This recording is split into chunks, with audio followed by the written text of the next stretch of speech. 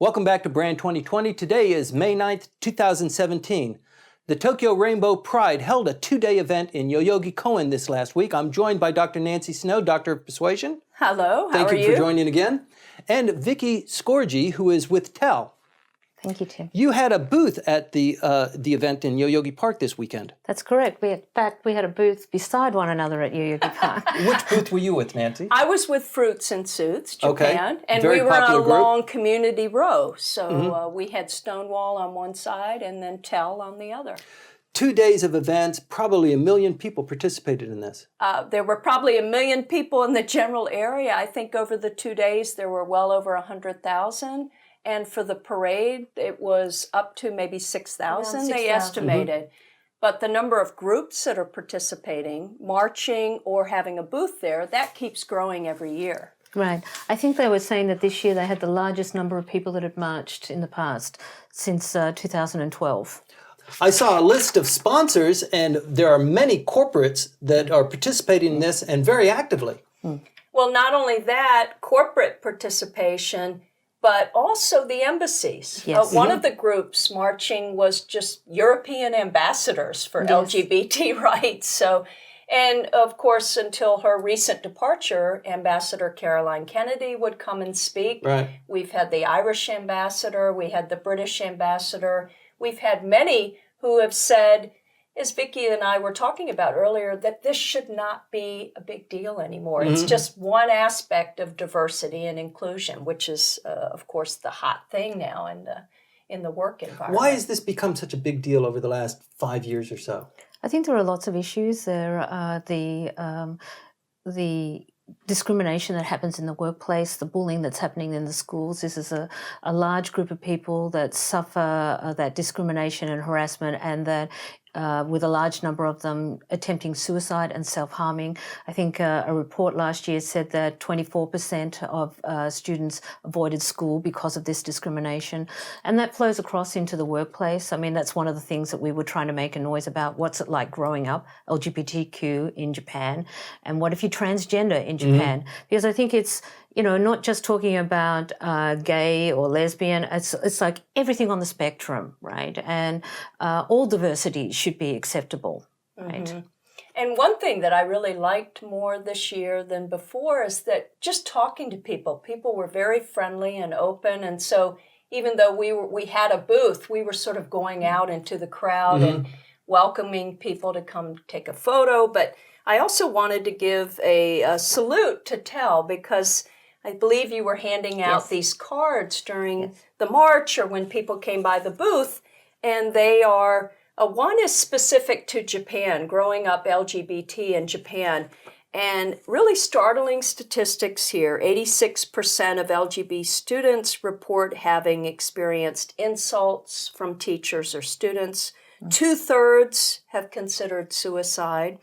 And they are more likely, 3 times more likely to attempt suicide than their peers. 68%, almost 70%, experience bullying. And then half of transgender people report having experienced dating violence. And I think you mentioned rape is a real problem amongst transgender.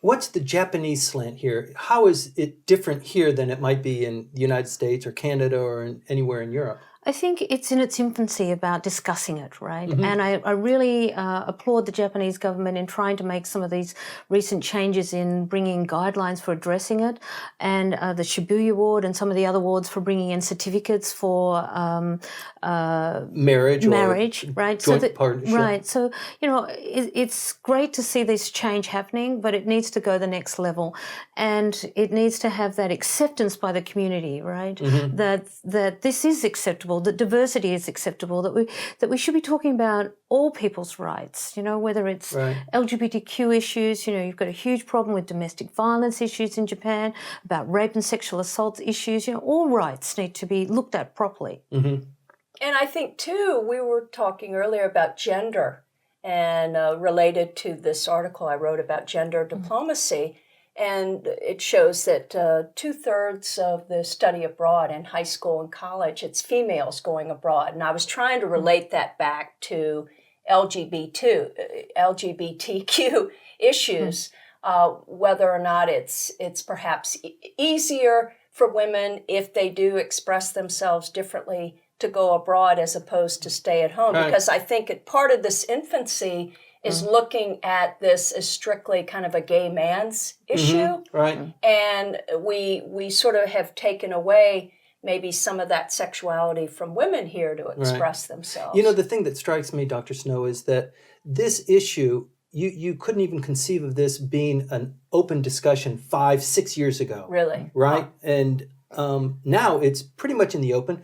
You actually had a meeting with Ren Ho, the leader of the Democratic Party, earlier, and she's also a sponsor of this openness, isn't she? Yes, we had a kickoff party at the Tokyo Metropolitan Building a week before Tokyo Rainbow Pride, and it was striking how many politicians were there. And so not just the head of the Democratic Party of Japan, Ren Ho, has been a long supporter, but also the head of the Social Democratic Party, as well as LDP members. Right. So it is, I believe they even have, the LDP has a committee looking at LGBT. So I think you're right that it's changed dramatically in the last 4 years or so. And I don't know exactly if there were any tipping point or... It's great to see these changes happening. I think that they have been looking at it because of the growth in youth suicides over the last few years. So that's definitely been one of those issues. You know, as you're saying, as you come up to the Olympics, and you're going to have these athletes that come in from all over the world, and they're used to that a more broader acceptance on these topics. And how do you make the sporting arenas and environment safe for these people? And how do you make it safe for a transgender youth or person or athlete, right? All of these issues.